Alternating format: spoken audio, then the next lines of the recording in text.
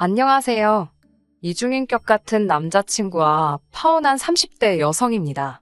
사귈 때는 정말 몰랐네요. 그렇게 경우 없는 집구석에서 가정교육도 똑바로 못 받아 처먹은 인간인지. 결혼까지 생각했던 남자친구와는 대학을 다니면서 알게 된 사이입니다. 오랫동안 친구로 알고 지내다 본격적으로 사귀기 시작한 건 30이 넘어서였어요.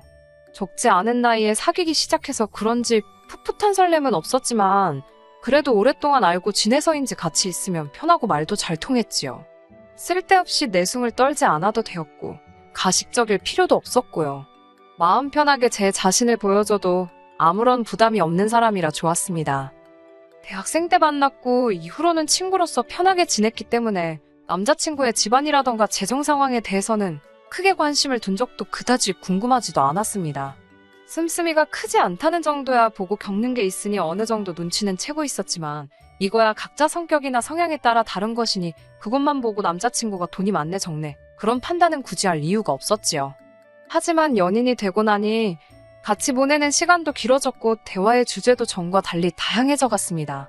남자친구에 대해 남들은 모르는 것들은 저만 알고 싶어졌고요.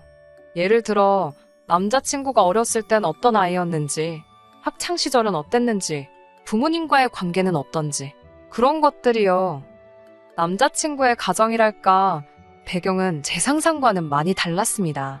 워낙에 사람들과 잘 어울리고 잘 웃는 사람이었기에 그런 어려움이 있었을 거라고는 상상치 못했네요. 남자친구 말에 의하면 아버님께선 고집이 세고 성격이 거치시답니다. 그래서인지 걸핏하면 동네 이웃들이나 지인분들과 부딪히기 일쑤였고 다니시던 직장에서도 그런 문제가 반복되었다고요. 결국 나중에는 제대로 사회생활도 하실 수 없게 되었다며. 하지만 가족들에게는 늘 좋은 분이셨답니다. 자기는 도통 이유를 모르겠다고 덧붙였어요. 이런 이야기를 들었을 때 개떡 같은 집구석이란 걸 제가 눈치를 챘어야 하는데 아무튼 사정이 그렇다 보니 어쩔 수 없이 어머님께서 가장 역할을 도맡게 되셨고 결과적으로 남자친구는 대부분의 시간을 집에 계시던 아버님 그리고 연년생인 형과 함께 보냈다대요. 경제적으로도 여유가 없었던 건 당연하고요. 반면에 저는 남자친구에 비하면 정말 유복하게 자랐다고 할 수 있습니다. 사업을 하시던 부모님 덕분에 배우고 싶은 건 뭐든지 도전할 수 있었고 즐길 수 있었으니까요. 지금 이렇게 좋은 회사에 다니며 스스로 제 인생을 꾸려나갈 수 있는 것도 전부 부모님 덕분이라 생각하며 감사하게 여기고 있습니다. 하지만 그렇다고 해서 신에게 맹세컨대 제가 남자친구를 무시한 적은 결코 없습니다. 남자친구의 사정이 안타깝고 속상했을 뿐이지 그렇다고 남자친구가 저보다 못난 사람이란 생각은 하지 않았어요. 몇몇 친구들은 이런 저에게 멍청하다고도 했고 순진에 빠졌다고 놀리기도 했지만요. 그러다 작년부터 본격적으로 결혼 이야기가 나오자 제 스스로 생각이 조금씩 달라지는 걸 느낄 수 있었습니다. 사실 그 전까지는 남자친구와 잘 만나고 있었고 결혼 생각도 있기는 했지만 저에겐 당장의 일은 아니었거든요. 물론 사귀기 시작할 때 이미 둘 다 30이 넘은 상황이었고 결혼 정년기가 지난 나이였기에 남자친구의 결혼 타령도 이해가 되긴 했지요. 하지만 당시 저는 해보고 싶은 일도 많았고 그리고 까놓고 이야기해볼게요. 막상 결혼 이야기가 나오니 조금 냉정한 시각으로 남자친구의 상황을 보게 되더라고요. 사람은 너무 괜찮은데 결혼이란 게 사랑만 뜯어먹고 사는 것도 아니고 그래도 결국은 사람 됨됨이라던가 그런 게 중요한 거 아닐까? 돈은 앞으로 벌면 되지. 솔직히 별의별 생각이 들면서 마음을 쉽게 정하지 못했어요. 그런 저를 보고 남자친구는 불안했는지 주변 친구들을 동원해 이벤트를 하기도 하고 하루는 울며불며 절 붙잡기도 하고 적극적으로 제 마음을 붙들려는 노력을 보여줬고 결국 그런 성의와 정성에 넘어간 제가 프로포즈를 받아들였네요. 정식으로 프로포즈를 받고 2주쯤 지났을 무렵 남자친구가 저에게 자기 집으로 인사를 드리러 가자고 하더라고요. 어머님 아버님께도 벌써 다 이야기해놓았다며 두 분 다 목이 빠져라 저를 기다리고 계시다면서요. 그렇게 며칠 뒤 저는 남자친구 본가에 가게 되었습니다. 당연히 빈손으로 갈 순 없었으니 지인들의 추천을 받아 홍삼 세트를 사들고 인사를 갔지요. 남자친구는 직장 문제로 나와 살고 있었고 본가에는 어머님 아버님과 남자친구의 형이 있었습니다. 남자친구의 형은 별거 중으로 몸만 쫓겨났다고 들었어요. 듣기로는 7살 난 딸도 있다던데 그 딸 얼굴도 못 보고 있다고요. 뭘 얼마나 잘못했길래 그렇게 쫓겨났냐는 제 질문에 남자친구는 솔직히 형은 그다지 잘못한 게 없는데 형수가 유난스러워서 그렇다는 식이었습니다. 하지만 이유가 정확히 뭔지 말해주지는 않더라고요. 궁금했지만 남편도 아니고 남자친구인데 캐묻는 것도 매너가 아닌 것 같아서 더는 묻지 않았습니다. 그때만 해도 어리석게도 결혼이 가족 간의 결합이라고 생각은 못하고 내 남자친구만 멀쩡한 사람이면 괜찮은 사람이면 된다고 생각한 거지요. 어머님 아버님은 저에게 궁금한 게 많으신 눈치였습니다. 이런저런 질문을 많이 하셨거든요. 제가 어느 초중고를 나와 어느 대학을 갔는지, 부모님께서 무슨 일을 하시는지, 지금 살고 있는 집이 자가인지 아닌지 등 솔직히 말하자면 이런 질문까지 하시는 건가 싶을 만큼 조금은 껄끄러운 이야기들도 오갔네요. 아무래도 며느리감이라 생각하시니 그러신가 보다고 처음에는 그렇게 생각했습니다. 하지만 시간이 지날수록 어쩐지 제 흠을 잡으려고 그러시는구나 싶더라고요. 유치한 생각이지만 어떻게든 제가 당신 아들보다 못한 구석을 찾아내고 싶어서 안달이 나신 분들 같았달까요? 그러다 제가 1차로 열받는 일이 있었는데 무슨 이야기를 하다가 부모님이 무엇을 물려주셨냐 그런 이야기가 나왔습니다. 저는 생각지도 못한 아버님의 질문에 당황했지만 그래도 최대한 침착하게 건강한 신체를 물려주셨다고 웃으며 대답했어요. 그러자 아버님께서는 너는 무슨 안경 쓰고 있으면서 네가 건강하다고 말하는 거냐고 무안을 주시더군요. 그러더니 아버님께선 너희 가족 전부 다 안경을 쓰냐고 물어보셨습니다. 아버님의 질문을 들은 순간 저는 예비시댁에 인사하러 가면 별별 이야기를 다 듣게 된다던 선배 언니의 이야기가 떠올랐는데 정말이지 언니 말대로 정말 별걸 다 물어보신다 싶더라고요. 물론 집에서 라섹이니 라식이니 수술에 관한 대화가 없었던 건 아닙니다. 하려면 얼마든지 할 수 있는 여유도 있었고요. 하지만 저나 저희 부모님이나 안경을 쓰는 데 있어 크게 거부감이나 불편함을 느끼지 못하고 있던 터라 굳이 수술을 할 이유를 찾지 못했네요. 아무튼 제가 그렇다고 저희 가족 모두 안경을 쓴다고 대답하자 지금도 그때 아버님이 보여주신 표정을 잊을 수가 없네요. 아버님께선 말 그대로 드디어 무슨 건수 하나 잡았다는 표정으로 제게 너네 가족 다 하자가 있어 하자가 라고 말씀하셨습니다. 저나 부모님이 무슨 물건도 아니고 사람한테 하자가 뭔가 싶었지요. 제 귀를 의심했습니다. 아버님께 지금 뭐라고 하셨냐고 되물으니 저더러 삐품 모르냐고 아주 세기를 박으시더군요. 게다가 남자친구의 형이라는 작자가 옆에서 실실거리더니 삐품은 길가에 내놓고 파는 건데 수리는 되나 이러는 게 아니겠어요. 무례한 두 사람의 대화에 충격을 받은 제가 무슨 말을 그렇게 하냐고 받아쳤습니다. 아버님께 아주버님은 별거 중이라고 들었는데 그럼 뭐 반품된 거냐고 따졌어요. 쓰던 걸 누가 사가기나 할지 걱정이라고요. 어른한테 그렇게 말하면 안 되는 거였지만 도무지 그냥 넘어갈 수가 없었습니다. 저뿐만 아니라 저희 부모님한테도 막말을 하신 거나 다름이 없었으니까요. 그러자 아버님께서는 저더러 제정신이냐고 경우도 없고 싸가지도 없다며 악을 쓰시더군요. 형이라는 작자도 얼굴이 벌개져가지고 뭐 이런 거랑 결혼을 하겠다는 거냐며 남자친구에게 삿대질을 해댔고요. 집구석 잘 돌아간다. 꼴 같지도 않네. 별의별 생각이 다 들더라고요. 아버님께선 저더러 웃자고 한 소리에 죽자고 달라든다며 무서워서 뭐 말이라도 한마디 하겠냐고 고래고래 소리를 지르시더니 급기야 짜증난다며 안방으로 들어가시는 게 아니겠어요? 저도 너무 열받아서 자리를 일어나려는데 남자친구가 저를 붙잡았습니다.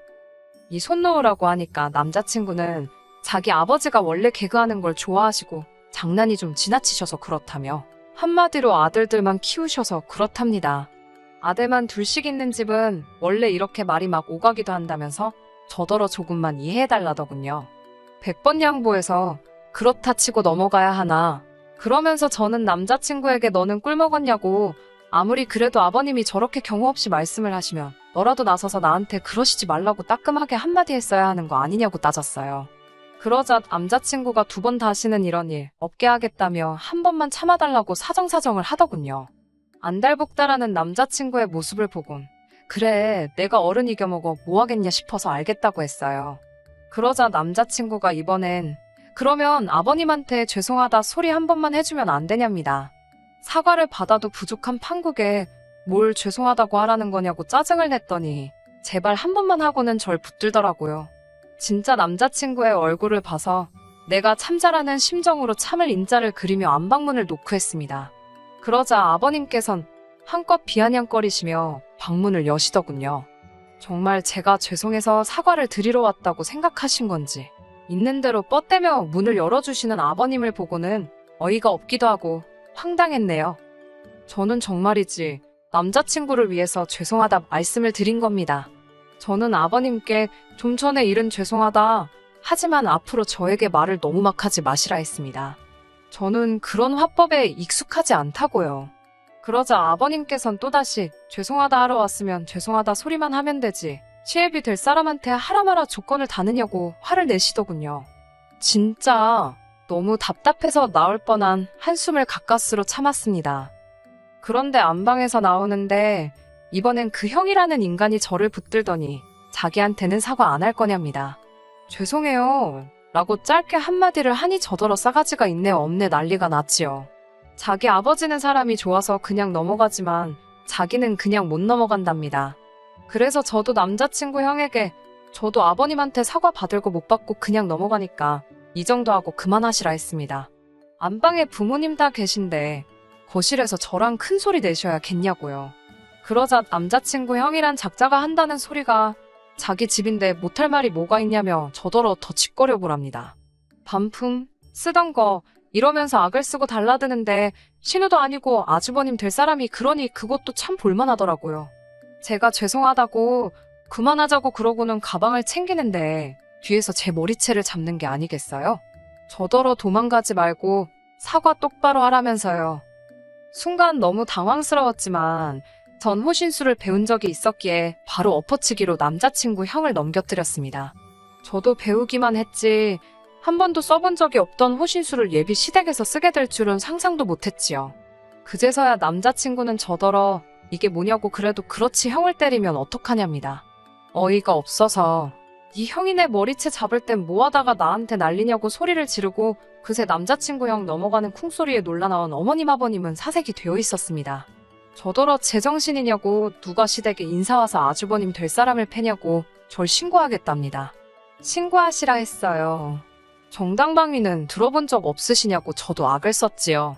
그때 그 형이라는 인간 창피하긴 했는지 신고하지 말라고 자기 부모를 말리더라고요. 남자친구가 제 손목을 잡아 끌어 집 밖으로 나갔고 이어지는 남자친구의 행동에 저는 너무 충격을 받고 말았습니다. 남자친구는 한숨을 푹푹 내쉬더니 이게 뭐 하자는 거냐며 자기가 아까 분명히 부탁하지 않았냐고 그러는 거예요. 제가 남자친구에게 아버님이랑 당신 형이 나한테 어떻게 하는지 다 봐놓고도 그런 소리가 나오냐고 받아쳤습니다. 그러자 원래 남자들은 좋아하는 여자한테 짓궂게 행동하는 거 모르냐입니다. 아버님은 딸을 키워보신 적이 없으니 그깟 말 몇 마디 해도 제가 삐질 수 있다는 걸 모르셔서 그런 거고 형이란 작자는 저를 벌써 동생 여자친구니까 편하게 생각해서 그런 걸 거라며 두 사람의 잘못된 행동을 옹호하는 게 아니겠어요?